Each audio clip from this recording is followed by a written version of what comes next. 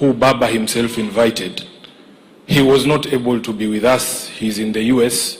Your Excellency, you know why. The Honorable Fourth President of the Republic of Kenya, His Excellency Uhuru Kenyatta, he has sent me his message here. I'm not going to say anything other than read his message.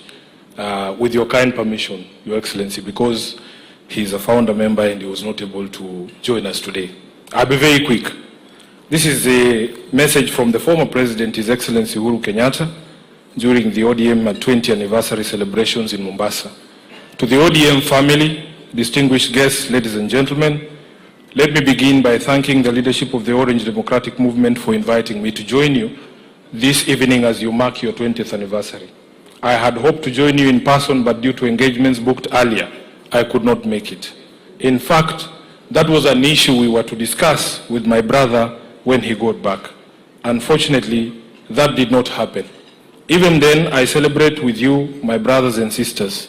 I vividly remember the numerous meetings and engagements that gave life to the Orange Democratic Movement. Indeed, it was a movement born not out of political convenience, but out of conviction. A broad coalition then of political leaders who rallied the No campaign against the 2005 Kenyan Constitution. Tulikuwa tunaitwa Pentagon. It was a movement whose ideals began to shape Kenya's democratic journey. A journey that began 20 years ago when we joined hands with my brother, the late Right Honorable Raila Amolo Odinga, when he was the Liberal Democratic Party leader. I was the leader of the opposition in Kano. His Excellency William Ruto, Kalonzo Musyoka, Musalia Mudavadi, Najib Balala, and the late Joseph Nyaga. When we came together to form this movement, we did so not out of ambition, but out of conviction. Conviction that Kenya deserved better, that our people deserve justice, dignity, and equal opportunity. As we moved to the 2007 election under the leadership of Baba Raila Amolo Odinga, the ODM was founded. It was founded as a voice of the voiceless, a rallying point for all who desire true democracy, constitutional reform, justice, good governance. It was built on the belief that leadership is not about power, but about service, that progress is not about individuals, but about people working together for the common good. So, you see, we believed that Kenya's strength lies in her diversity and that no single citizen should ever feel excluded from the promise of our nation because of where they come from, what they believe, their religion, or who they are.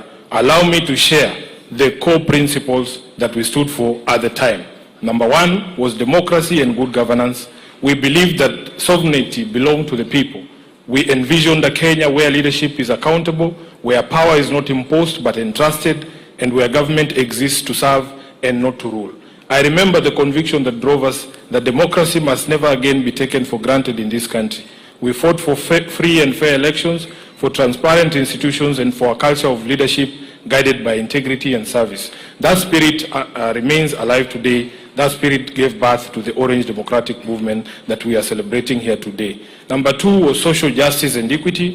ODM has always stood for social justice and equity, a Kenya where every person, regardless of their background, has a fair shot at success. We knew that political freedom without social justice was incomplete. Three, human rights. In the face of persecution, intimidation, and imprisonment, as the leaders then led by my brother, Right Honorable Raila Odinga, we stood tall in defending the human rights and freedoms of all Kenyans. Our unity under the Orange Movement taught us that the fight for freedom is not just about political space, but about the dignity of every person, the right to speak freely, to worship, to assemble, and to live without fear. Three, or is it five, economic justice.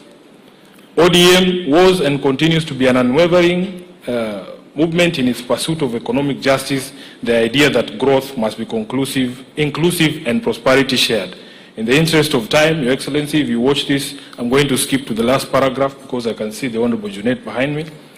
Wanachama wa ODM, today as you celebrate this milestone, my heart is emotionally heavy as I remember my brother and friend and compatriot, the Right Honorable Raila Odinga. May his soul rest in peace. His absence today is deeply felt, but his presence is forever etched in our hearts and in the history of our beloved nation, Kenya. Baba was not just a leader of ODM, he was the spirit of its struggle, the embodiment of courage, endurance, and unwavering faith in the Kenyan dream.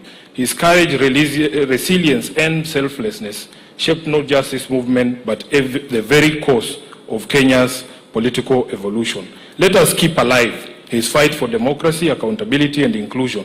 Let us make real his vision of a Kenya where no child goes hungry, where justice is not for the privileged few, and where every Kenyan, young or old, has an equal opportunity to thrive. May the next phase of ODM be a testament of renewal, growth, and steadfast commitment to building a Kenya that truly belongs to all her citizens.